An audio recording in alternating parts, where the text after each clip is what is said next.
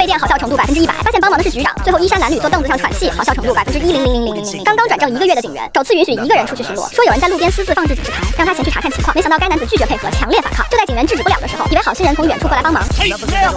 警员手忙脚乱把电击枪拿出来，却一脚被嫌犯踢飞。再次捡起电击枪的警员，却手抖把电击枪对准了帮忙的好心人。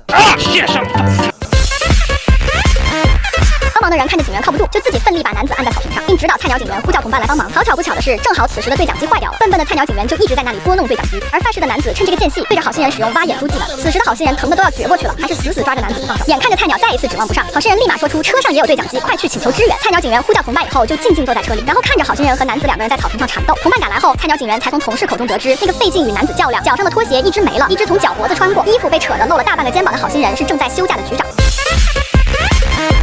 赶来的警员看到一身狼藉的局长后，讲到被自己人电了的局长，我手底下什么人这都是。